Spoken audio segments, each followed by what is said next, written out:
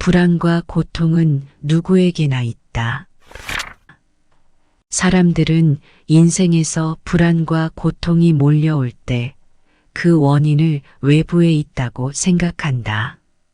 그 외부의 원인은 지위, 돈, 명예라고 생각한다. 그래서 지위, 돈, 명예를 얻기 위해 자신의 모든 것을 건다.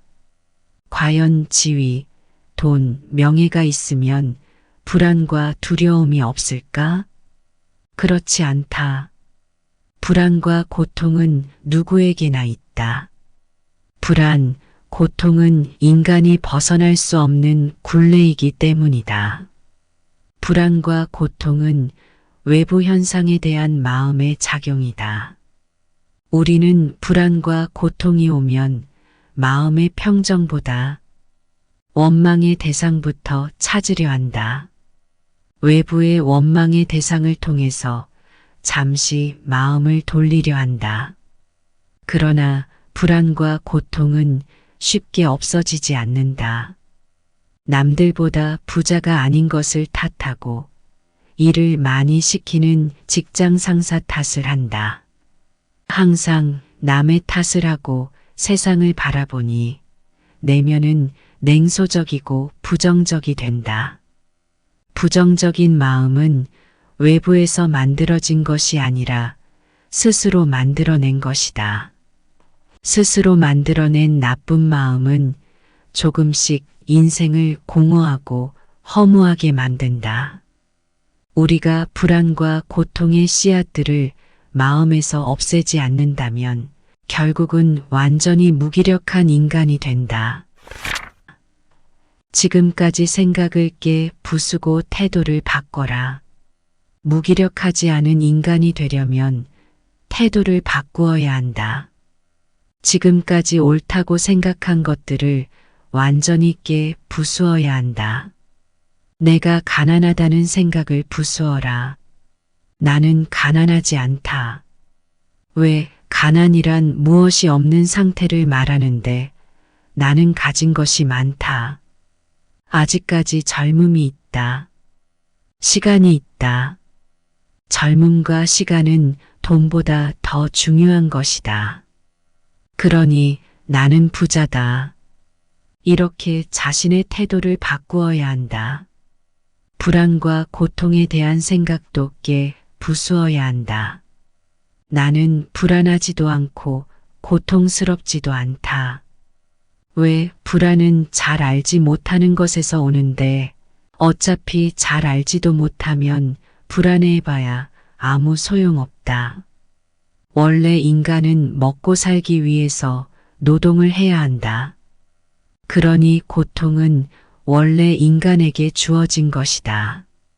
이렇게 지금껏 해온 생각들을 부정하고 그 반대에 대한 해답을 찾아보라. 결국 자신의 문제를 해결하는 것은 그 문제를 어떻게 바라보느냐에 달려 있다.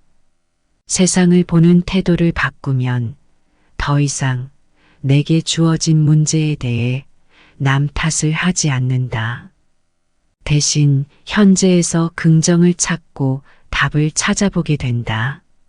무언가 잘 안 되고 답답하다면 현재의 생각들을 먼저 부정해라. 그런 다음 왜에 대한 답을 찾아보아라. 문제의 해답은 이미 당신 안에 있다. 태도를 바꾸기만 하면 모든 해답이 기다릴 것이다. 실패할까봐 두려워서 망설이지 말아라. 더 이상 나아갈 길이 없다고 생각하면 개척으로 향한 길이 존재해도 느닷없이 시야에서 사라진다. 위험하다고 생각하면 안전한 곳은 사라진다. 이것으로 끝이라 믿으면 종말의 입구로 발을 내딛게 된다.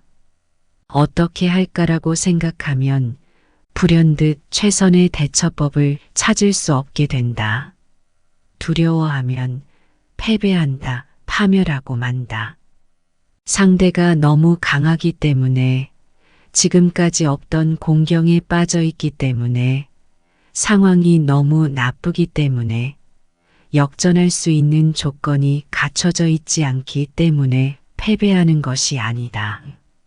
마음속에 두려움을 가지고 겁먹고 있을 때 스스로 파멸과 패배의 길을 선택하게 된다. 그 문제에 대한 태도가 나를 만든다. 극단적인 행동, 짐짓 과장된 태도를 취하는 사람에게는 허영심이 있다. 자신을 크게 보이는 것, 자신에게 힘이 있다는 것, 자신이 뭔가 특별한 존재라는 것을 타인에게 각인시키기 원한다. 실제로는 아무것도 없는 텅 빈 내면을 가졌음에도 불구하고 그러하다. 사소한 것에 사로잡히는 사람은 배려심이 있는 듯 혹은 무슨 일이든 섬세한 듯 보이지만 내실은 공포심을 끌어안고 있는 것이다. 실패하지는 않을까 두려운 것이다. 혹은 무슨 일이든 자신 이외의 사람이 관계하면 순조롭게 진행되지 못할 것이란 생각을 가지고 있어 내심 타인을 얕잡아 보는 까닭이기도 하다. 첫걸음은 자신에 대한 존경심에서 시작하라. 자신을 대단치 않은 인간이라 폄하해서는 안 된다. 그 같은 생각은 자신의 행동과 사고를 올가매려 들기 때문이다. 오히려 맨 먼저 자신을 존경하는 것부터 시작하라. 아직 아무것도 하지 않은 자신을, 아직 아무런 실적도 이루지 못한 자신을 인간으로서 존경하는 것이다. 자신을 존경하면 악한 일은 결코 행하지 않는다. 인간으로서 손가락질 당할 행동 따윈 하지 않게 된다. 그렇게 자신의 삶을 변화시키고 이상에 차츰 다가가다 보면 어느 사이엔가 타인의 본보기가 되는 인간으로 완성되어 간다. 그리고 그것은 자신의 가능성을 활짝 열어 꿈을 이루는데 필요한 능력이 된다. 자신의 인생을 완성시키기 위해 가장 먼저 스스로를 존경하라.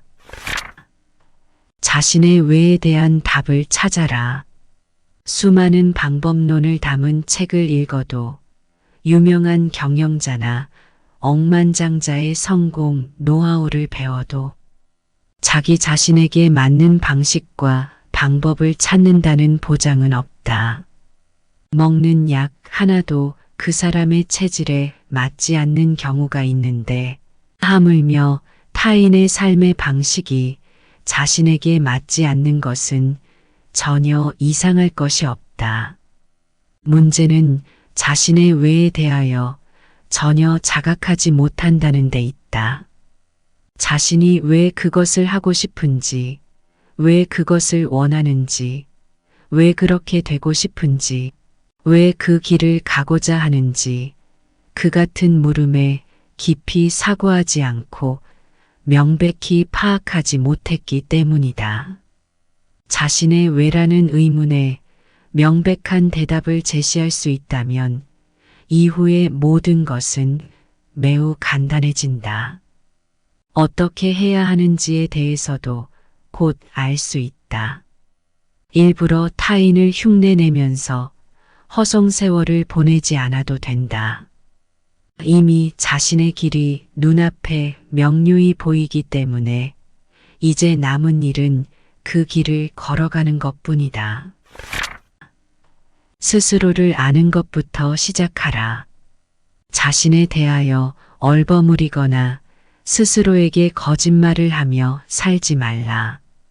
자신에 대해서는 늘 성실하며 자신이 대체 어떤 인간인지, 어떤 마음의 습성을 가지고 있는지, 어떤 사고방식과 반응을 보이는지 잘 알고 있어야 한다. 자신을 잘 알지 못하면 사랑을 사랑으로서 느낄 수 없기 때문이다. 사랑하기 위해, 사랑받기 위해 먼저 스스로를 아는 것부터 시작하라. 자신조차 알지 못하면서 상대를 알기란 불가능한 것이다. 자신의 주인이 되어라. 착각해서는 안 된다. 자제심이라는 단어를 머리로 이해했다고 하여 어떤 일이든 자제할 수 있는 것은 아니다. 자제는 자신이 현실에서 행해야 하는 바로 그것이다. 하루에 한 가지, 아무리 작은 일이라도 자제를 각오하라. 최소한 그 정도의 일을 수월히 해낼 수 없다면 자제심이 있다고 말할 수 없다. 또한 작은 일에 자제심을 발휘할 수 없다면 큰 일에서도 자제심을 기대할 수 없고 성공에도 이룰 수 없다. 자제할 수 있다는 것은 자신을 컨트롤할 수 있다는 것이다. 자신의 가슴 속에 깃들어 있는 욕망을 스스로 제어한다는 것이다. 욕망이 이끄는 대로 끌려가지 않고 자신의 행동을 확고히 지배하는 주인이 되는 것이다.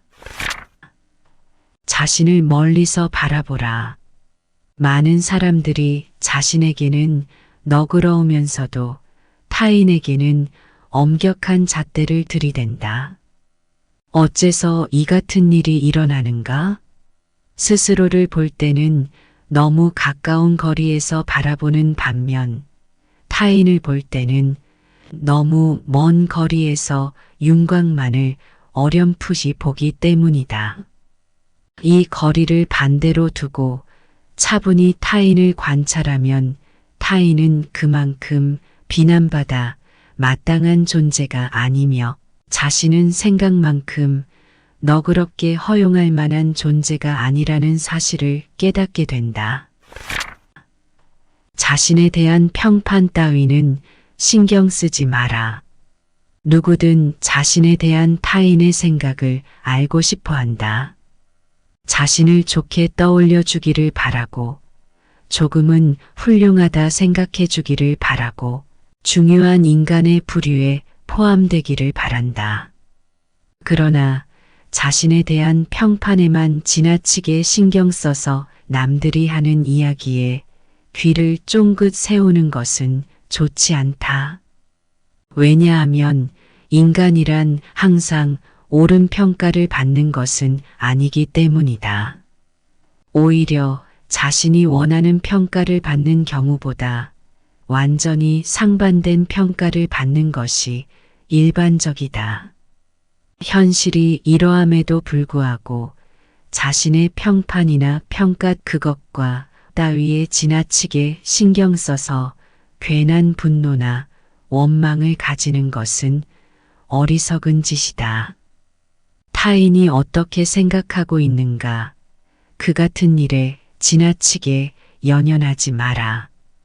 그렇지 않으면 실은 미움을 사고 있음에도 불구하고 부장이다, 사장이다, 선생이다라고 불리는 것에 일종의 쾌감과 안심을 맛보는 인간으로 전락하게 될지 모른다.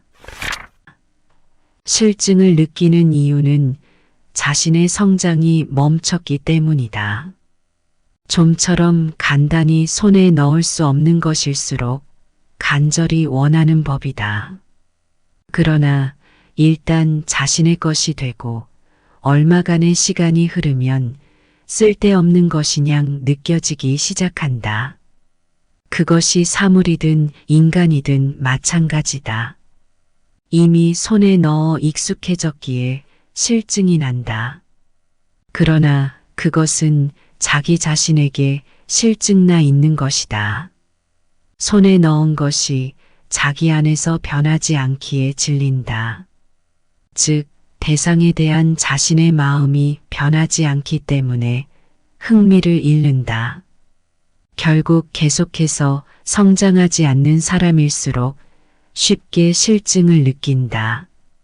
오히려 인간으로서 끊임없이 성장하는 사람은 계속적으로 변화하기에 똑같은 사물을 가지고 있어도 조금도 실증을 느끼지 않는다. 왜 자유로운 사람이 멋있는가? 자유를 추구하고 사물을 보는 시점을 보다 자유롭게 하여 자신의 능력과 개성을 최대한 발휘하려고 하는 노력은 많은 이점을 낳는다. 우선 그는 무의식적으로 자신의 결점을 확대시키거나 악행을 저지르지 않게 된다. 왜냐하면 사물을 자유롭게 바라보는 데 있어서 그것들은 방해가 되기 때문이다.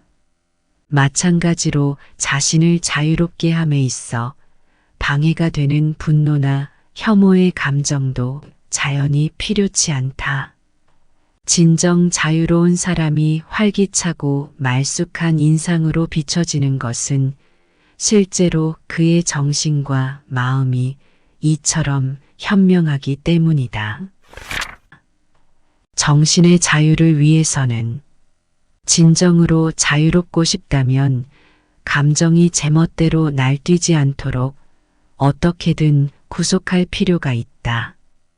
감정을 제멋대로 풀어놓는다면 그때마다 감정이 자신을 휘두르고 혹은 감정이 이끄는 한 방향으로만 몸과 마음이 향해 결국에는 자신을 자유롭지 못하게 만들기 때문이다. 정신적으로 자유롭고 본인의 의지대로 생각할 수 있는 사람은 이 같은 사실을 모두 잘 알고 실천하고 있다. 쾌감과 불쾌감은 사고가 낳는다. 우리는 특정한 그 무언가가 자신에게 쾌감 또는 불쾌감이라는 감정을 불러일으킨다고 굳게 믿고 있다.